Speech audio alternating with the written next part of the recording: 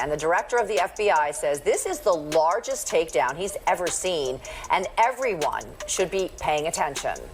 We have permanently removed a drug trafficking organization out of the streets of Philadelphia, and they're going to stop pouring guns and chemicals and drugs into our communities, and our children are safer today. 4:19 a.m. Minnesota, a campus in darkness, a drug network beneath it. Heroin, fentanyl, and cash before dawn. Movement tracked through Ilhan Omar's district.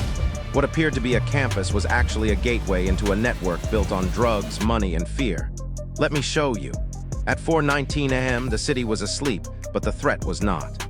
Federal investigators had tracked a drug network moving through the area connected to Congresswoman Ilhan Omar's district. Cash exchanges, late-night movements, and encrypted messages linked to heroin and fentanyl. The viral threat was no longer just noise. It was proof the network was already operating. If you believe investigations like this should never be ignored, hit like so more people can see the truth. Minnesota Representative Ilhan Omar recently stated that one of her relatives was confronted by ICE agents in Minnesota. However, this incident appears to be part of a larger sequence of events that began after a viral social media post made by a Somali student who issued a violent threat against ICE agents. A Somali student named Hassan Mohammed didn't just make an outburst. He filmed himself declaring that if ICE agents came into his neighborhood, he would track them down and shoot them. His voice was calm, deliberate, and disturbing, the kind of threat that sounded rehearsed rather than impulsive. I actually heard you guys pull up to Otana, the big oh hey, you pulled up when I was not there. Oh, so pussy boy. You're going to get shot next time I see your ass. Bring the whole cavalry. Within hours, the video spread across TikTok and X, amplified through private channels until it reached federal monitoring units. At a time when threats against immigration officers had increased by over 8,000%, including messages targeting agents' homes and families, nothing was dismissed as online anger. Every word was reviewed as potential action. His later apology meant nothing. The threat had already crossed a line, and it triggered the first phase of a much larger federal response. If you think threats like this should always be taken seriously, comment "alert" to let the algorithm push this story further. Once the federal command approved the operation, the response moved with precision. ICE, DEA, and local police formed a single tactical unit. Just over 30 agents assigned to locations already connected to past investigations and outstanding warrants. Hassan Mohammed's threat didn't create the risk. It simply accelerated an operation already on standby. Before sunrise, a line of black SUVs moved quietly into the university district. 6 entry teams advanced in silence. Doors were knocked once, then forced open. Flashlights swept across narrow hallways as rooms were cleared in seconds. From behind windows, students watched agents enter dorms and rental units that had been monitored for months. Inside one apartment, agents recovered 9 phones and fake IDs. Another concealed $74,000 behind a ventilation panel. A third revealed something darker, a coded contact list linked to federal drug suspects. By sunrise, 14 individuals were detained, and the network hidden beneath the campus was no longer in the shadows. When investigators began examining the seized devices, a different truth emerged, one far more serious than immigration violations.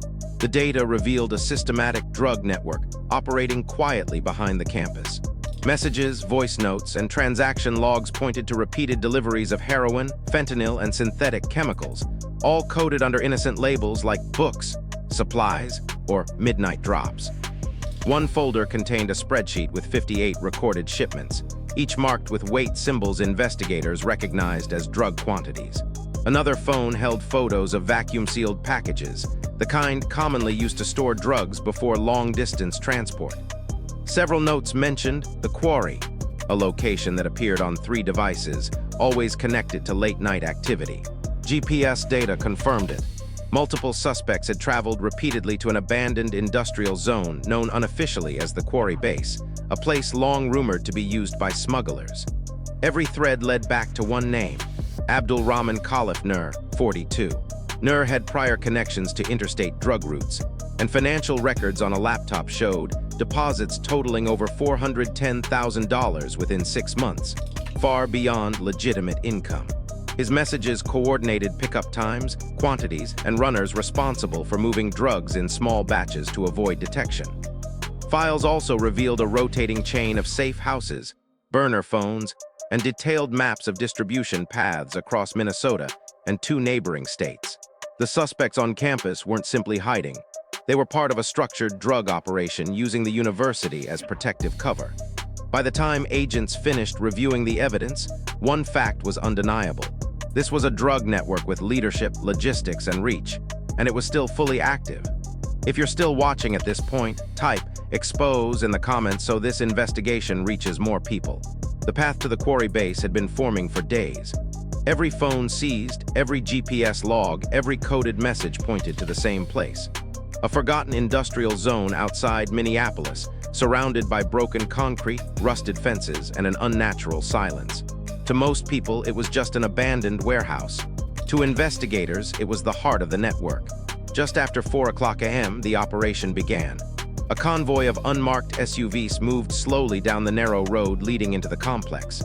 The headlights were dimmed. The radios were silent except for coded whispers.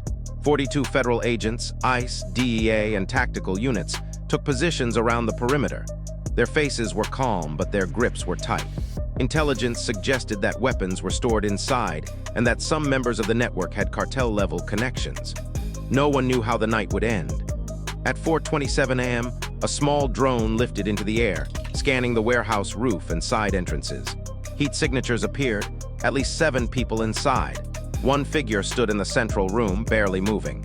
The shape matched the height and build of Abdul Rahman Khalif Nur. "Entry teams ready," a voice muttered through the radio. The breach began with a single controlled explosion. The metal side door shook, then fell outward with a burst of dust. Flashlights sliced through the darkness. Team 1 swept through the left wing, stacked crates, torn tarps, and the sour chemical smell of drug processing.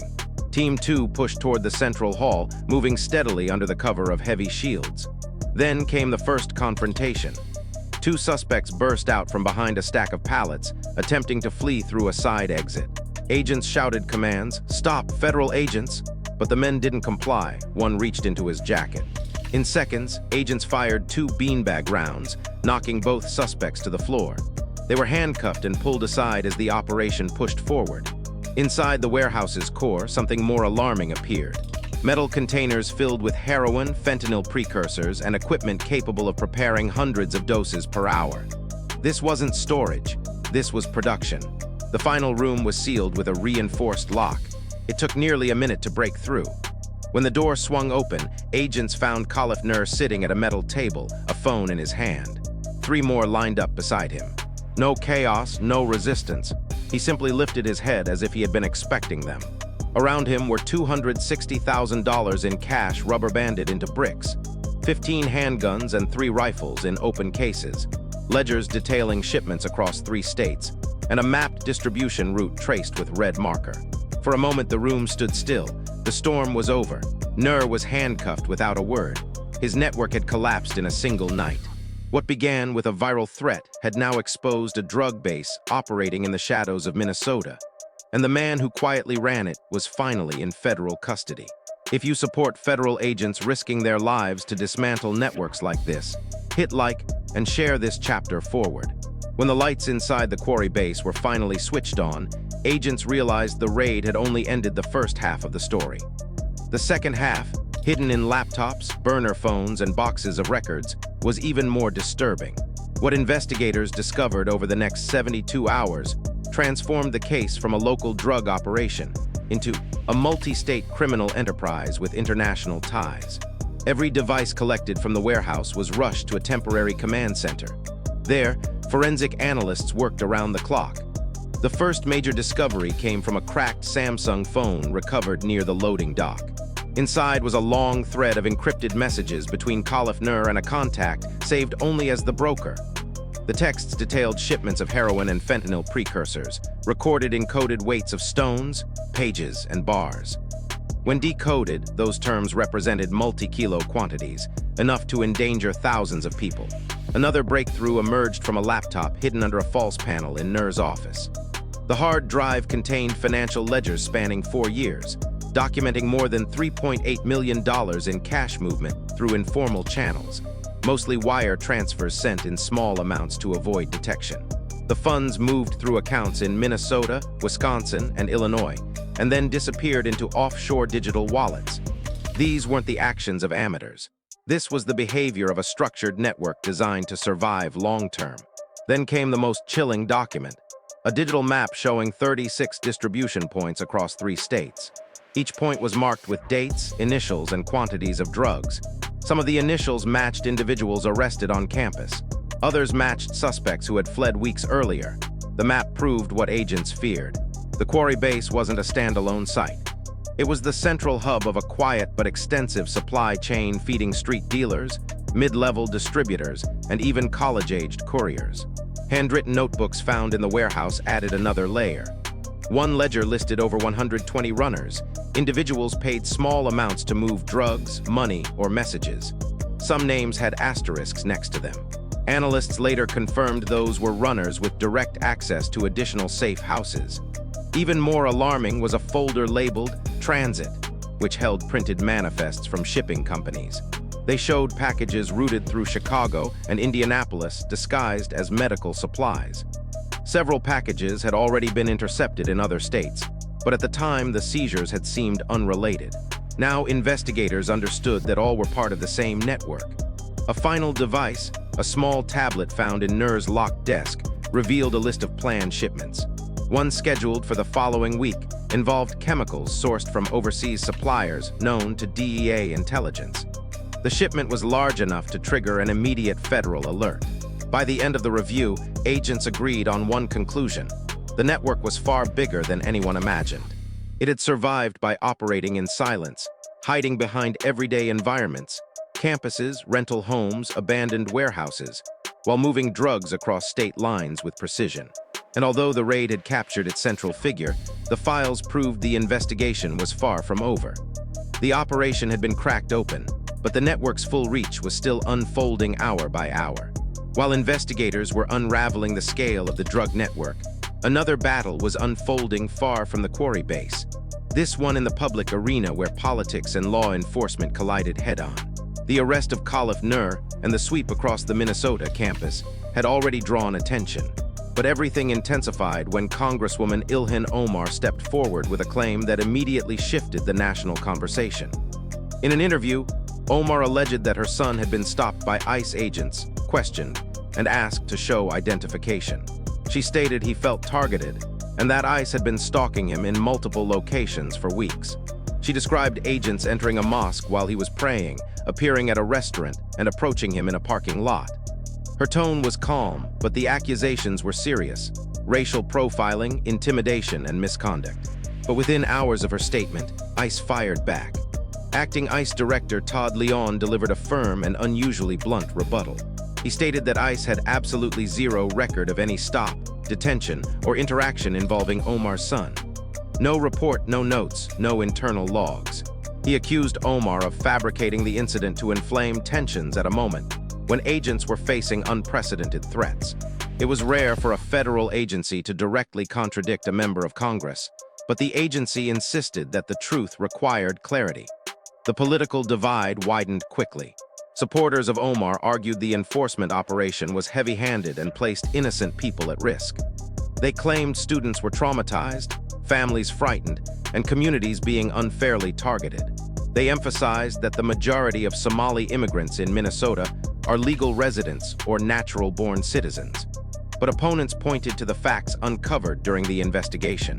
A drug base operating in Minnesota, 36 distribution points across multiple states, over 120 runners documented in ledgers, connections to overseas suppliers, and campus housing used as a shield. To them, ICE wasn't acting recklessly. They were responding to a threat with national security implications. The clash escalated further when media outlets picked up on the contradiction between Omar's claims and ICE's denial. Some questioned Omar's timing. Why speak out now at the exact moment when agents had begun dismantling a drug operation, partially connected to individuals moving through her district? Others pointed to previous controversies involving individuals photographed with Omar, arguing there was a larger pattern of political defensiveness whenever immigration enforcement tightened. Behind closed doors, investigators continued their work. They knew that every public accusation, every press statement, every political argument risked overshadowing the facts contained in the seized devices. Those files showed real criminal activity, shipments, weapons, cash, and communication routes, not manufactured narratives. Yet the political noise had consequences.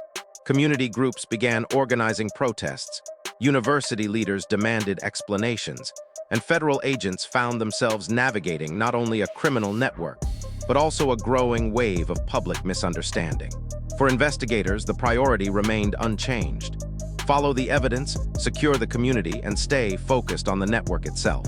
But the political clash surrounding the operation had become impossible to ignore.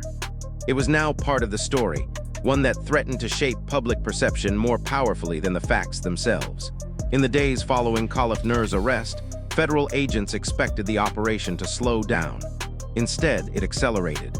Every new device unlocked, every ledger translated, and every financial trail followed opened yet another door. What became clear was this: the quarry base was not the beginning of the network. It was only the center point of a web that had been expanding quietly for years. Working from a temporary command hub in Minneapolis, analysts began cross-referencing the seized data with existing federal databases. The results were staggering. Names appearing in Nur's ledgers matched individuals in ongoing DEA investigations in Wisconsin, Illinois, and Michigan. Several phone numbers traced back to safe houses already under surveillance in 2 different states. The network didn't simply operate across borders. It thrived in the gaps between jurisdictions. Agents discovered financial links connecting Nur to 4 shell businesses, all registered under different identities but sharing the same digital fingerprints. These companies moved small sums, $3,000 here, $7,500 there, just enough to pass unnoticed. Over 4 years, the combined flow reached over $3.8 million, confirming that the drug trade around the quarry base was not a side operation, but a full-scale business model. The deeper the investigation went, the more disturbing the structure became. A tablet recovered from Nur's office listed 12 secondary coordinators responsible for distributing drugs to mid-level dealers. 3 of those coordinators had already vanished after the raid. Their phones shut off within minutes of Nur's arrest. Another name on the list belonged to a man who had traveled in and out of the country 17 times in 2 years, raising new questions about international sourcing. Agents also realized how deeply the network had infiltrated everyday settings. At least 9 runners held jobs inside community centers, grocery stores, or campus facilities, blending into places where no one would suspect criminal activity. Records showed drugs being handed off in parking lots, laundromats, and even outside small local churches. The simplicity of the methods made them difficult to detect, and for investigators, that was the most unsettling discovery of all. But the biggest revelation came from a series of voice messages stored on Nur's tablet. In them, a voice believed to be the broker outlined plans to expand distribution routes into 2 new states. It wasn't just a continuation. It was an expansion strategy, as if the network expected to operate for years without interruption. The messages ended with a chilling statement: "Keep the campus clean. They won't look there."